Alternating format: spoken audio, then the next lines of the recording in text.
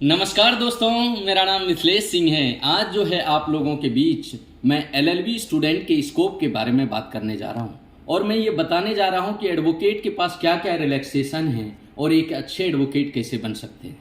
देखिए, एडवोकेट बनने का मैं प्रोसेस पहले बताता हूं कि आप एडवोकेट कैसे बन सकते हैं। सबसे पहले एलएलबी कंप्लीट करना पड़ेगा, चाहे वो बीए एलएलबी हो या बीकॉम के बाद एलएलबी हो या कोई भी एलएलबी ग्रेजुएशन के बाद आपने कंप्लीट किया है। अगर आपने एलएलबी कंप्लीट कर लिया है, मैं एक एग्जाम्पल के थ्रू इसको क्लियर करने जा रहा हूँ। आपने एलएलबी अगर कंप्लीट कर लिया है, उसके बाद आपको पैन कार्ड, आधार कार्ड, एलएलबी के सारे डॉक्यूमेंट और जो भी डॉक्यूमेंट, एफिडेविट वगैरह जो भी रिक्वायर्ड है, वो सारे डॉक्यूमेंट आपको जो है वहाँ जिस डिस्ट्रिक्ट में आप प्रैक्टिस करना चाह रहे हैं, जैसे आप मान लीजिए भोपाल में प्रैक्टिस करना चाह रहे हैं तो आपको भोपाल में देना पड़ेगा। उसके बाद वहाँ के जो प्रेसिडेंट है, जो एडवोकेट के द्वारा एक चुनाव होता है और उसी एडवोकेट में से एक को प्रेसिडेंट चुना जाता है, उस प्रेसिडेंट का उसमें साइन होगा। और उसके बाद एक सेक्रेटरी का भी चुनाव होता है, सेक्रेटरी भी होते हैं। तो कुल मिला के प्रेसिडेंट और सेक्रेटरी और 2-3 एडवोकेट के साइन होंगे आपके सारे डॉक्यूमेंट में। और आपके डॉक्यूमेंट ऑथेंटिकेट करने के बाद वो हाई कोर्ट भेज दिया जाएगा। हाई कोर्ट यानी ये आपका डॉक्यूमेंट जो है ये कुल मिला के जबलपुर मध्य प्रदेश के केस में भेज दिया जाएगा। वहाँ सारे डॉक्यूमेंट को स्क्रूटनी करने के बाद फाइनली आपका जो है एक अप्रूवल दे दिया जाएगा और आप एक एडवोकेट के रूप में रजिस्टर्ड आपका नाम कर लिया जाएगा हाई कोर्ट में। उसके बाद आप जो है उस डिस्ट्रिक्ट में एडवोकेट का प्रैक्टिस कर सकते हैं।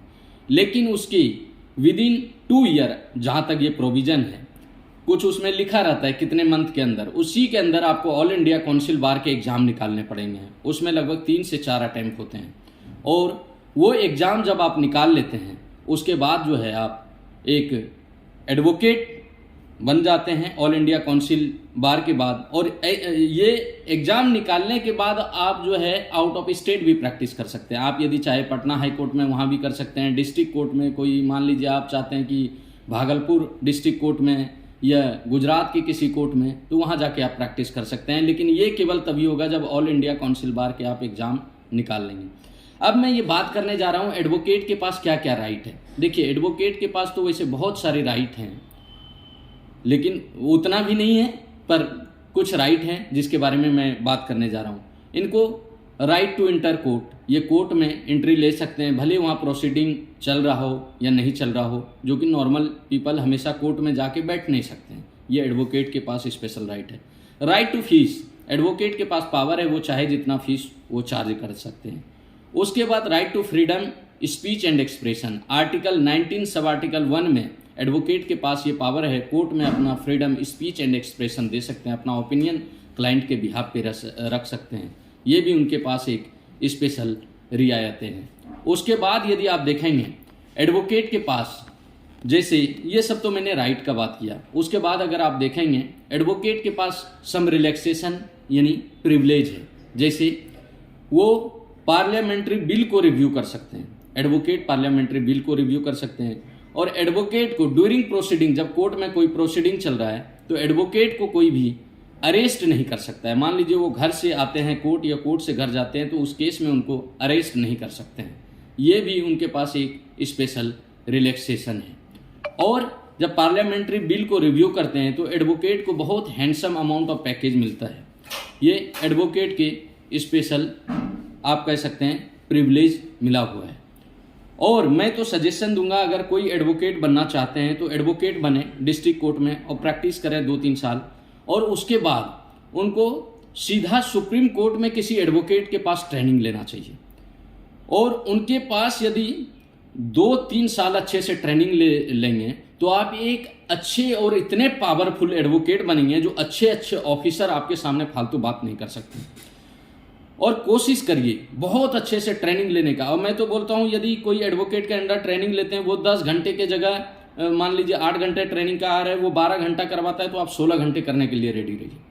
ये केवल 1.5-2 साल आपको करने पड़ेंगे, दिन रात मेहनत करने पड़ेंगे। उसके बाद वो सारे प्रोविजन से जब गो थ्रू जाएंगे, सारे जजमेंट को एडवोकेट्स के साथ रह के सीखेंगे कि कैसे वो जजमेंट को इंटरप्रिटेशन करते हैं या कैसे अलग अलग बहस करते हैं, कैसे कोर्ट में अपीयर करते हैं, तो आप एक बहुत ही पावरफुल एडवोकेट के रूप में माने जाएंगे। उसके बाद आप जो रिस्पेक्टिव जहां आपका विलेज है उस डिस्ट्रिक्ट में आ जाइए, वहां आप हीरो बन के राज करेंगे। ये मैंने देखा है, अपने आंखों से देखा है। हमारा तो टाइम, यदि आप मेरे बारे में बोलो तो मैंने तो एक सुप्रीम कोर्ट के एडवोकेट हैं, बीच बीच में मिलते रहते हैं उनसे, उनका आपको इंटरव्यू भी कराऊंगा और उनसे बताएंगे कि एडवोकेट के क्या पावर हैं, और बहुत ही जल्दी उनका इंटरव्यू लेंगे। और मैं तो खुद एलएलबी और सेमी क्वालिफाइड कंपनी सेक्रेटरी हूं, मुझे बहुत सारे लॉ की जानकारी है। और अगर आपको कोई भी जानकारी चाहिए तो आप कमेंट सेक्शन में बताएं और मैं कोशिश करूंगा आपको सारी जानकारी दूं। और मेरे दोस्तों, कैसा लगे ये वीडियो आप कमेंट में ज़रूर बताएं। और एक चीज़ और मैं बोलना चाहता हूँ, कई बार ये आता है कि लॉयर, एडवोकेट और बैरिस्टर में डिफरेंस क्या है। देखिए, जब आपने कंप्लीट किया है एलएलबी तो इसको बोलते हैं लॉयर, और जब आप एडवोकेट के काउंसिल बार में रजिस्टर हो गए तो आप हो गए एडवोकेट। ऑल इंडिया काउंसिल बार का एग्जाम निकाल लिया, आप हो गए एडवोकेट। लेकिन आपने जब लंदन से एलएलबी करके आए, आपने वहाँ से वकालत कंप्लीट करके आए तो आप हो गए बैरिस्टर।